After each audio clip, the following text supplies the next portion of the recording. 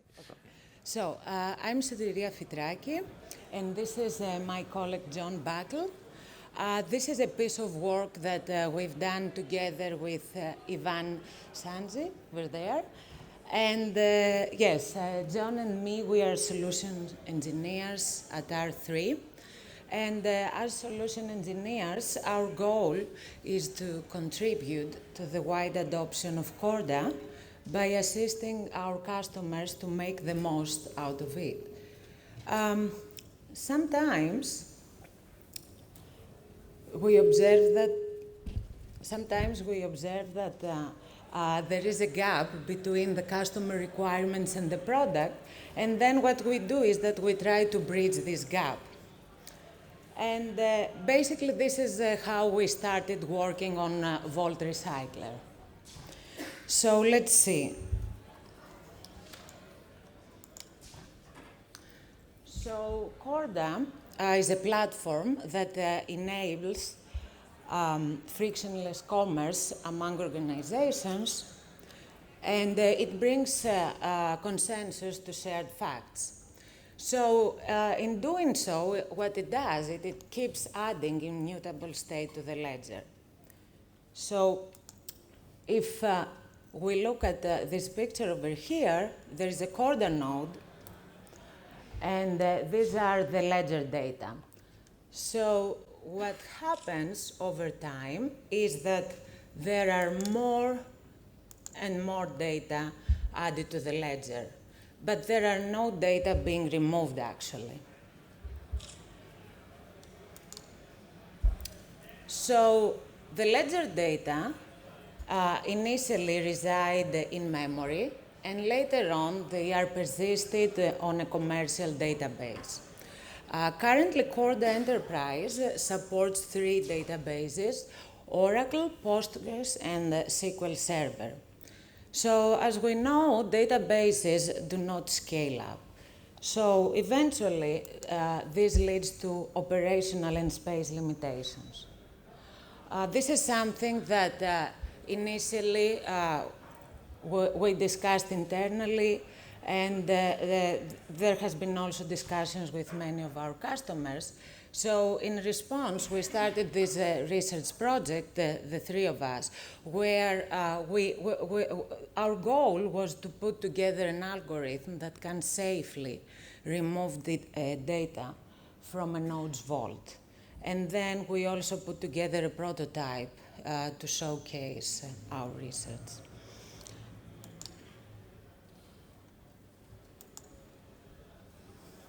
So what Volt Recycler is doing is that it's identifying ledger data that are not required anymore for future transactions. We refer to this data as recyclable. And this data can be either completely removed or they can be moved to an archival storage. Currently, Volt Recycler is a Corda app, but later on it will be eventually integrated into the platform. So before moving any further, I would like to introduce some terminology.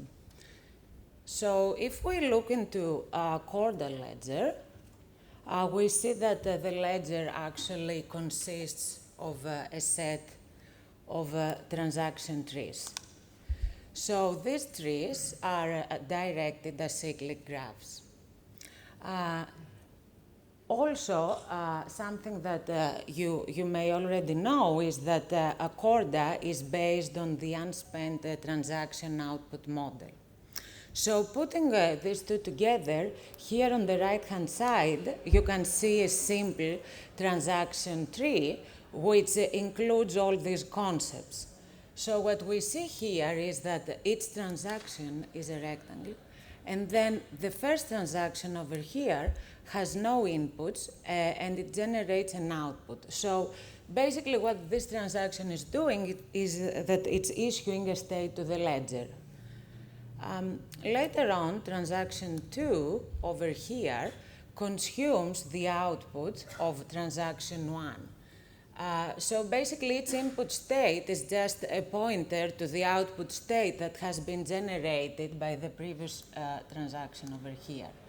And then what happens is that here we see that there's an output generated by the second transaction. And what happens is that this is an input to the third transaction. The same happens here, so there is an output. And finally, the fourth transaction consumes this state, but is not issuing a new one. We can think of this last transaction that is a scenario where we're redeeming a token, basically. So although this tree is simple, we can think of trees that have multiple inputs and outputs, because any transaction can have 0 or more inputs and 0 or more outputs. And what exactly happens actually depends on the business case that the transaction tree implements. Now, we are interested on fully consumed trees, as you will see shortly. So a transaction is fully consumed when all of its outputs are consumed, or when the transaction has no outputs. So recursively, a fully consumed transaction tree is one that has all of its transactions being consumed, basically.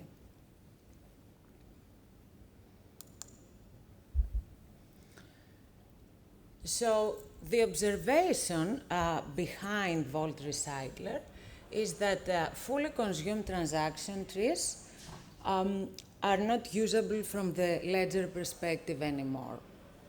And this is because two things hold. One is that since they have no outputs, or no outputs that can be consumed thereafter, they cannot be transacted anymore. And from the platform perspective, they will not be used for the chain verification purposes. So let's have a look at the right-hand side here. So here we have two trees. This one has an output here, so this tree is unconsumed, so it will be used later on potentially. But this one, we definitely know that it's not going to be used. So Vault Recycler identifies such trees, and that's what the algorithm is basically doing. So Vault Recycler is based on the mark and sweep algorithm. So what happens is we start processing transactions from the leaves, and then we go up to the roots. So that's the first pass, and then there is a second pass that we go down again. And at the end of the second pass, we know which trees can be recycled. And John is going to go over this in more detail later on. So basically, we take into account all the different kinds of states we see in Corda, and this is linear states, fungible states, and reference states, because they all have different characteristics with respect to recycling.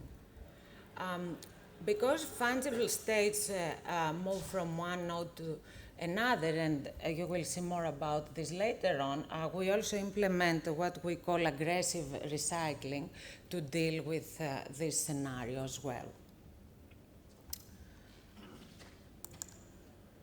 So let's put all of this together. So what happens here is that here you see a vault of a node, and the vault is persisted by a database that you see over here. Sorry, I keep getting confused with the pointer. So this is the database, and this is the vault. And then when the Vault Recycler algorithm runs, what happens is that it identifies the trees that can be recycled. So out of the 3 trees, 2 of them can be recycled, and this happens because they have no output. So at that point, they cannot be transacted anymore. So basically, at that point, there are two options. One is to remove this data completely, and the other is to move them to an archival storage. So currently what we've done is we've implemented a cleanup flow, which completely removes the data from the vault. And we also provide capabilities so that the customer could potentially decide to move the data to an archival storage.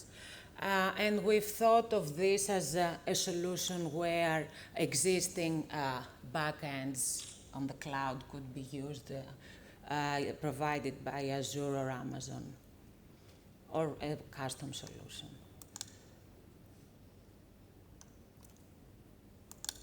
So Vault Recycler takes a distributed approach where the algorithm runs at the vault of each node. This is possible because in Corda, each node has a local view of the data. So the algorithm can run there and make decisions with respect to recycling without the need of consulting other nodes. Okay, so this is it from me. And John will give you more details about the algorithm itself. Thank you. Let's go forwards in time. So currently, we have a prototype for the Vault Recycler.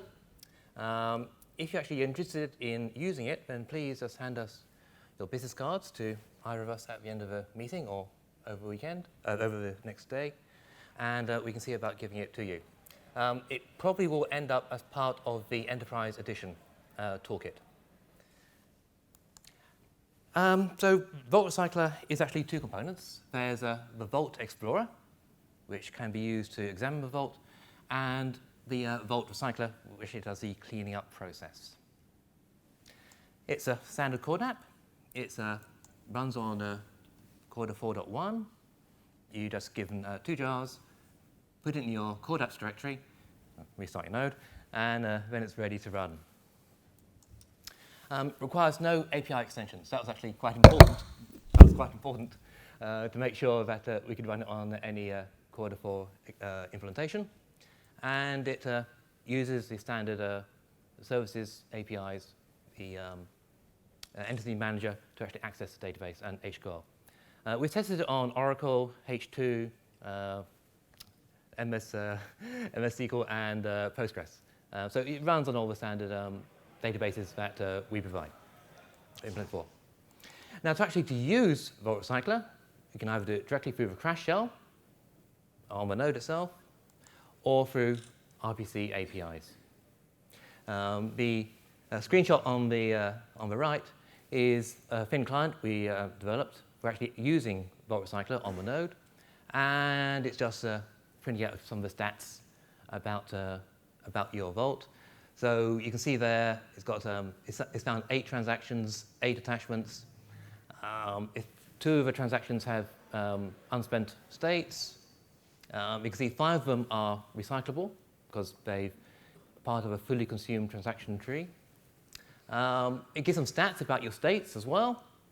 And I just, at the end, wrote down something about the longest chain of transactions. So that's part of the Explorer part, to give you kind of stats on your vault. Now, memory and performance. One thing we wanted to do, or make sure we didn't do, is crash your vault. So while we're actually running the process, we do keep track of the heap memory, and we have limits built in to make sure that if we think the heap is going too exhausted, then we'll abort. So these limits are actually configurable and can actually be overridden. So if you want to make sure it runs. Overall, we ran it on a 250K vault, and it took 160 megabytes of memory. So that's about 600 bytes per transaction as a ballpark figure. Performance, it took about 6 minutes to do that actual processing. That was done using a Progress DB on Azure 4 CPU box. Overall, I would guess it's a very slow n log n process. The actual biggest time taker was actually accessing a database. So we put some stats in there to track how long it was taking, and it was the database was the biggest bottleneck in our processing. Now, the actual workflow, it consists of 4 steps. First thing you do is we create an in-memory picture of the vault. So we can't read in the whole vault in one time. It'll probably blow up your heap memory.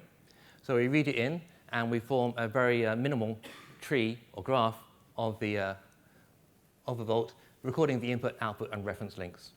Also the state name of the class, so that they can actually perform some stats on your states.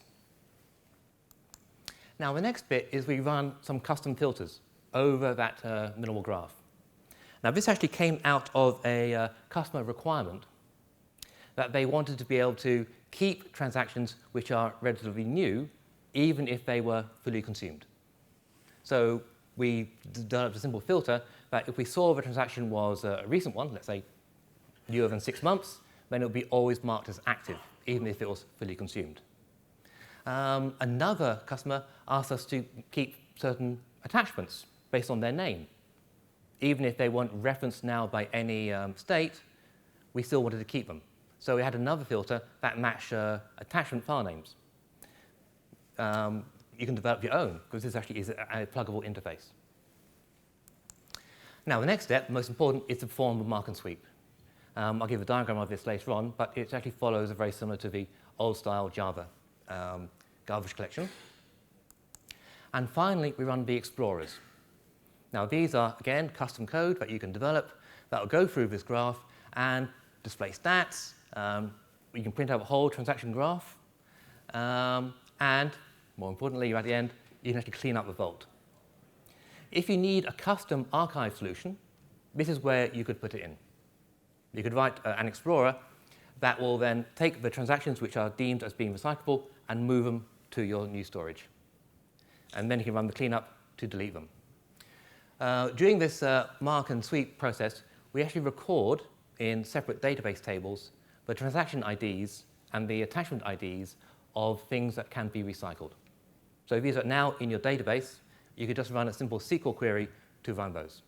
You can actually run that thing outside of the Vault recycler, or you can write an explorer inside it. So let's go through how we actually build a graph. Now, this is a very simple vault we've got here. We've got 2 transaction graphs. This was actually the vault we used for the stats you saw right at the beginning of my presentation. Let's have some notation. So red circles are consumed states, black ones are unconsumed, square boxes are transactions. If you were at Matt Bradbury's talk today about the 101 ways of describing a vault, this is kind of 102, my own way of describing it. One thing you may know is that the transactions stored in the vault are not stored in date order or in transaction order or any kind of order. They can come back at you at any kind of order if you read the no transactions table. So in my little game here, I'm going to say they come out in order CBD. Now, let's imagine that these CBD, they're the actual hashes of the transaction IDs. So first thing, we read transaction C, and we just know it's got an output state. But from reading its input references, we realize it actually been referred to by transaction A. Now, we haven't seen A yet, so we just create a placeholder and create the link. Next transaction is B. OK, we read B. It's got 2 output states.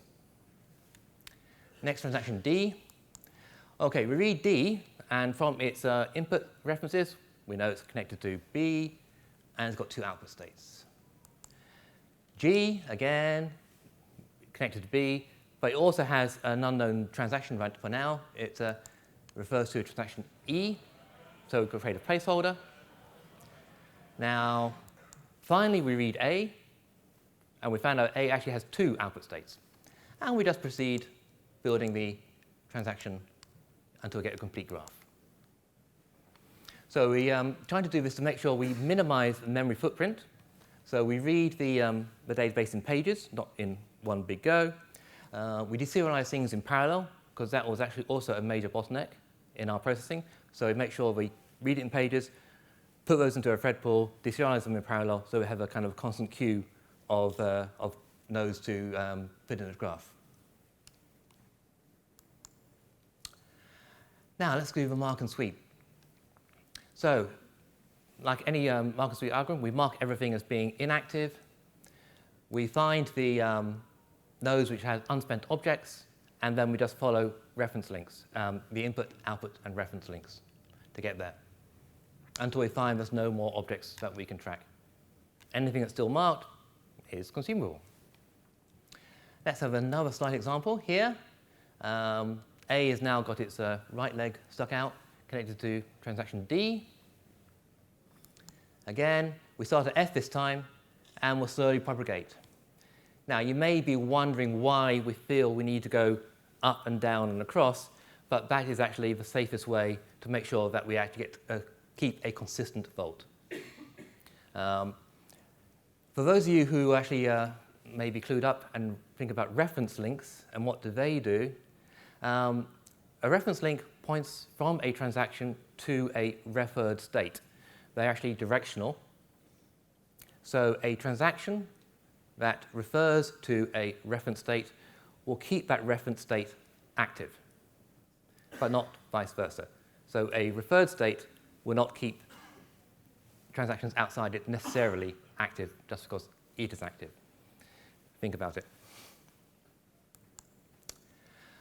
Now, last slide. Going back to fungible assets and general your graph maintenance. Fungible assets can cause a problem with recycling because they just keep on going and going and going. Let's have an example. We've got some money owned by Alice and a token owned by Bob. They have a transaction. Bob gives a token to Alice. Alice gives the money to Bob. Sounds good. And Alice, at the end, settles that token, perhaps redeems it somehow, gets some real cash. Unfortunately, this kind of graph will be very hard to recycle because the token, fungible token here owned by Bob, does not actually appear ever to be consumed inside Alice's vault. This is because Alice is not a participant to that fungible state, so any action on that state does not appear in her copy of the vault. So, for example, if Bob then goes and uses that money to buy something from Carl, and that, let's say it was $20 and the cost was 10, so Bob gets $10 back as well. We now split that fungible state into two, and they're going to be spreading around as well. So we have a new mode on the vault recycler called aggressive mark and sweep, where it will actually consider fungible states which are not for which you're not a participant as being consumed. So this will just help you in detecting consumed subgraphs inside your vault. Okay.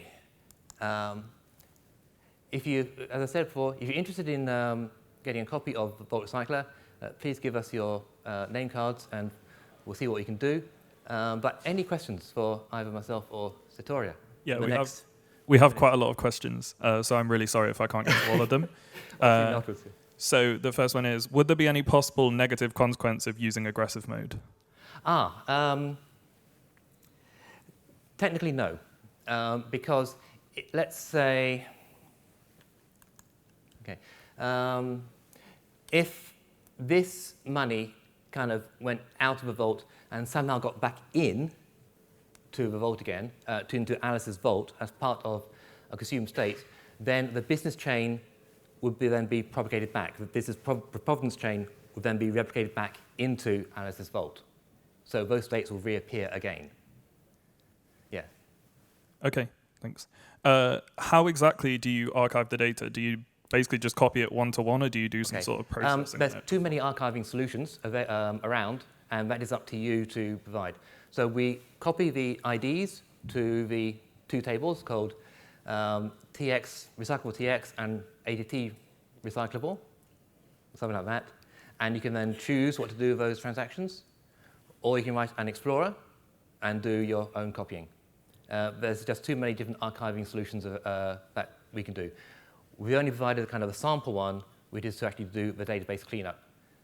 That is because, Sotiria wrote the database cleanup, is because there's about how many tables? There are many tables that transactions and states and attributes appear. So we kind of wrote a custom one to do the cleanup, to make sure that it's done correctly. Okay. Do you or have you thought about also recycling attachments? Yes. I didn't make it very clear, but attachments are actually included in this process. So if an attachment is not referenced by any active state, then it's also marked as being recyclable. Does the recycler lock the vault when it runs? No. It takes a snapshot of the transaction IDs at the beginning and then proceeds. So it doesn't need to be locked. Yeah. This gentleman's got a question. Oh, sorry. I'll just run through these questions because I've still got a couple more. So can we move any archive transactions back to the vault? That's up to your archiving solution. I can't see any reason why not. It's because these transactions are immutable. They cannot change. Yeah. Okay. And have you evaluated vault recovery on CockroachDB? No. I mean, is CockroachDB a CE platform? I don't know who asked that. No, it's not. No. But if it's HQL, if it can handle our HQL, it should work. Okay. And this gentleman? Do you inform the notary about this? Or? No, because these transactions are actually could be shared against the whole world. So we don't actually tell the notary that Alice has removed these transactions from her vault because it's still in Bob's. Yeah, this is done on a per node basis. So Alice has cleaned up her database, but Bob doesn't necessarily have to. Probably have time for one more question if anyone wants to ask. You can ask her. Okay, we got one all the way back there.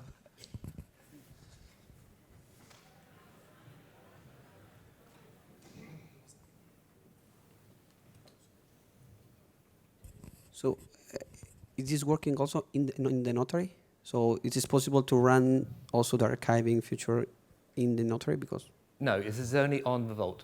It's not for notary transactions. The notary has a different kind of table for holding. It only holds the transaction ID. Yeah, I know, but maybe if everything grows, also the notary grows, and so you will need. That is actually and the notary see everything. So yeah. the notary has the visibility of all the transactions, and node only has the visibility of the transaction that where it is at the participant. So maybe also for the notary it is important to have this. To do that, we need to make sure every node has actually deleted that transaction from their vault as well. But the memory heap or memory footprint used by the notary is much smaller because it only restores the ID, it doesn't restore the actual transaction blob. So hopefully that can stand. All right, thank you. We've got the keynote and starting in 1 minute, so we should probably wrap things up here. But thank you.